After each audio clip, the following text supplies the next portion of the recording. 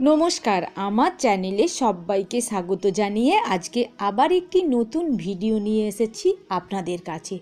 কে কার ভাগ্যে খায়? কথা দিয়ে যে কথা রাখে না, তার পরিণাম কি হয়? পৃথিবীতে সবচেয়ে শক্তিশালী কে?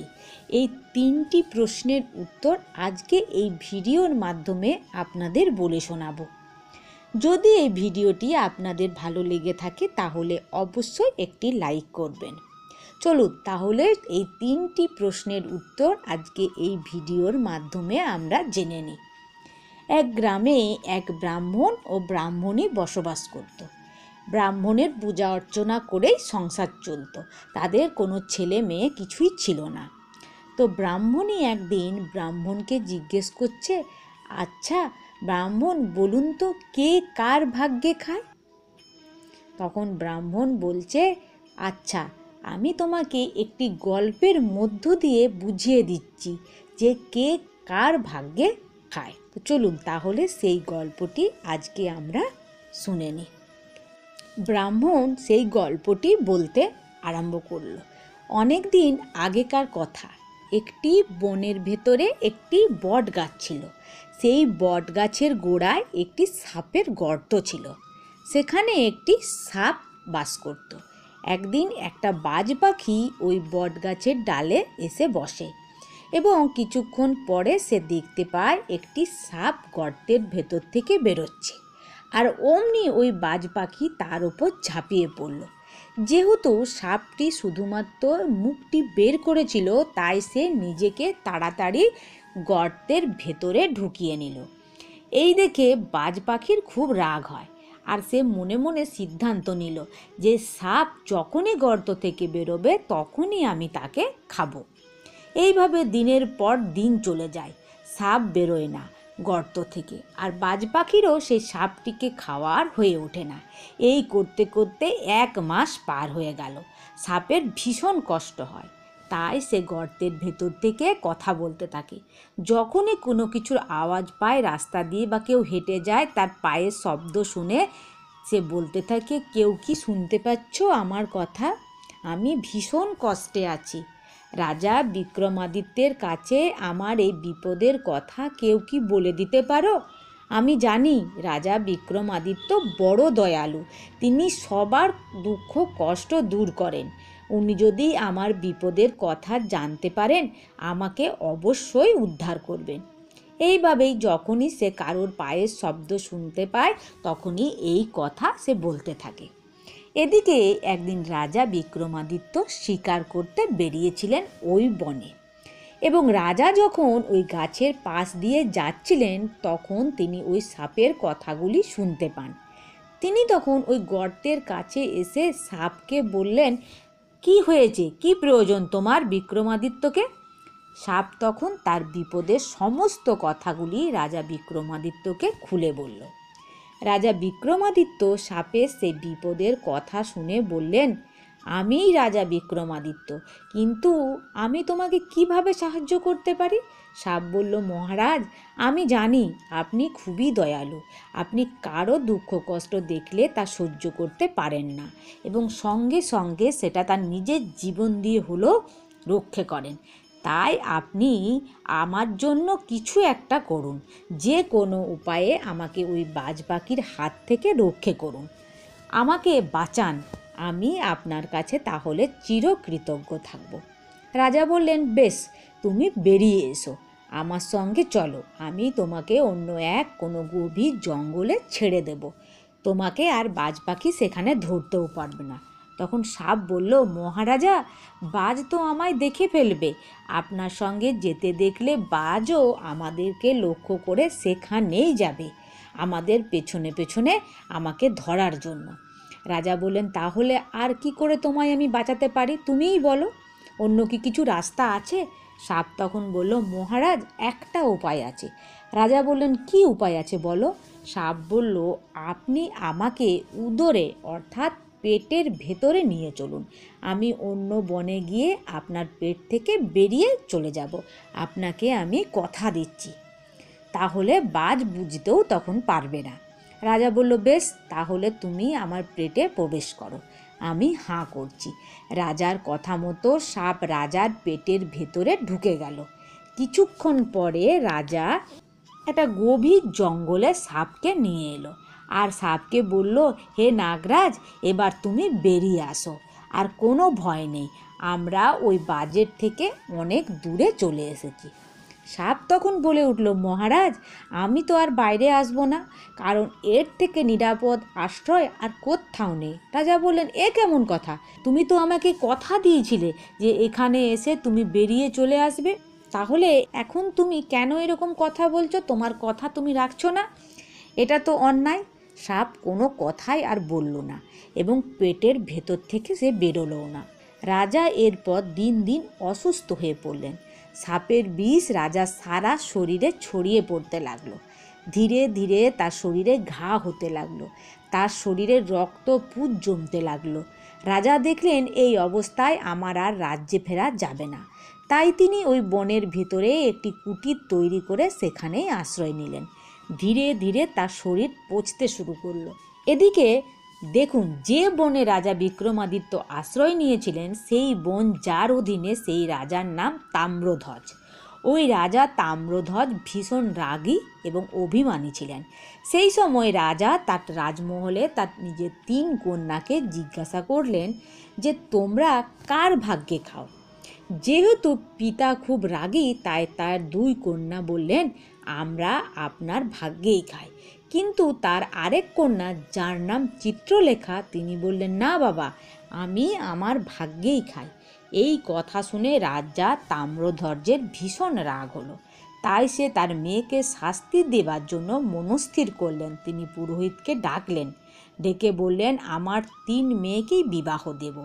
এই 2 মেয়েকে রাজার ঘরে বিয়ে দেবো, আর তোমাকে আদেশ করছি, আমার এই চিত্রলেখার জন্য এমন একজনের পাত্র তুমি খোঁজ করো, সে হবে খুবই গরিব এবং তার কোনো কিছুই নেই, সে তার দেহে কুষ্ঠ রোগ আছে, সেই রকম ছেলে তুমি আমাকে খুঁজে এনে দাও।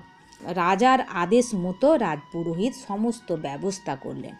2 মেয়েকে 2 রাজার ছেলের সঙ্গে বিবাহ দিলেন এবং চিত্রলেখার জন্য এমন কোনো পাত্র পাচ্ছেন না যার সঙ্গে বিবাহ দেওয়া যায়।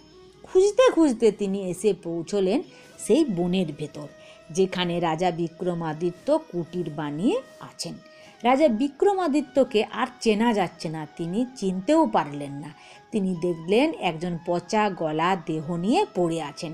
তাই তিনি চিত্রলেখাকে তার সঙ্গে বিবাহ দেওয়ার কথা তাম্রধ্বজকে বললেন।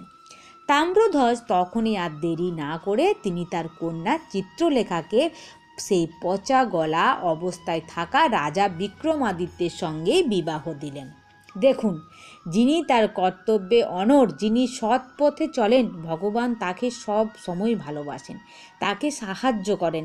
চিত্রলেখা ছিলেন একজন পতিব্রতা স্ত্রী। তিনি তার কর্তব্যে কোনো রকম ফাঁকি দিলেন না।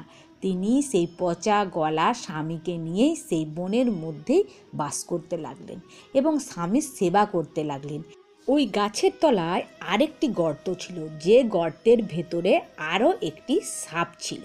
ওই সাপ সে জানতে পারে যে রাজার পেটের ভেতরে আরও একটি সাপ আছে, যার কারণে রাজার এই পরিস্থিতি। তাই ওই গর্তের ভেতরে থাকা সাপ রাজার পেটের ভেতরে থাকা সাপটিকে উদ্দেশ্য করে বলল, হে নাগরাজ, তুমি এত ঠক জোচ্চোর, তুমি কথা দিয়েও কথা রাখোনি, তুমি এ কেমন করলে? আজ দেখো রাজার কি অবস্থা। রাজা এত ভালো মানুষ, সে পড়ে আছে দিনের পর দিন। সে যদি সুস্থ থাকতো তাহলে কত মানুষের উপকারে আসতো, কত মানুষের দুঃখ কষ্ট নিবারণ করত। কিন্তু তোমার কারণে সে আজ মরতে বসেছে। তাই আমি তোমার মৃত্যুর উপায় বলে দিচ্ছি। কেউ যদি শুনতে পায় তাহলে আমি যেটা বলছি সেটা করলে তোমার শরীর 100 খণ্ডে বিভক্ত হয়ে যাবে। তুমি মারা যাবে গর্তের ভেতরে। সাপটি বলল, যদি কেউ 1 গ্লাস গঙ্গা জল দিতে পারে আর সেই গঙ্গা জল তোমার গায়ে লাগার সঙ্গে সঙ্গে তুমি 100 খণ্ডে বিভক্ত হয়ে মারা যাবে।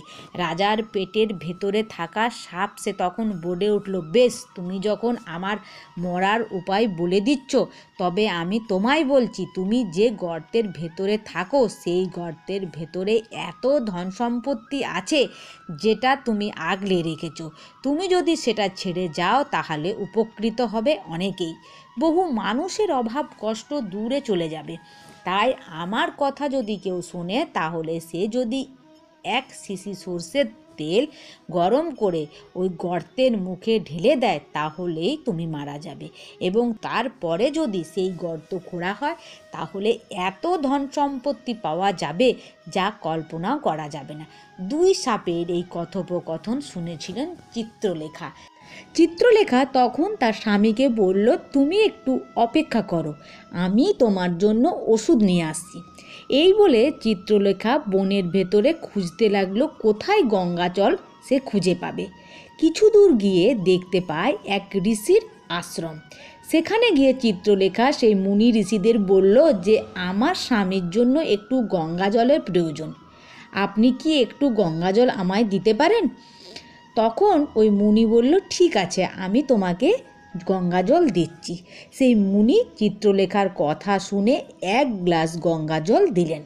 চিত্রলেখা সেই গঙ্গা জলটি নিয়ে এসে তার স্বামীর মুখে দিয়ে বলল যে, হে স্বামী, তুমি এই জলটুকু পান করো, দেখবে তুমি সুস্থ হয়ে যাবে। জল পান করার সঙ্গে সঙ্গে সেই সাপ পেটের ভেতরে টুকরো টুকরো হয়ে মারা গেল, এবং কিছু সময়ের মধ্যেই রাজা বিক্রমাদিত্য আস্তে আস্তে সুস্থ হয়ে উঠল।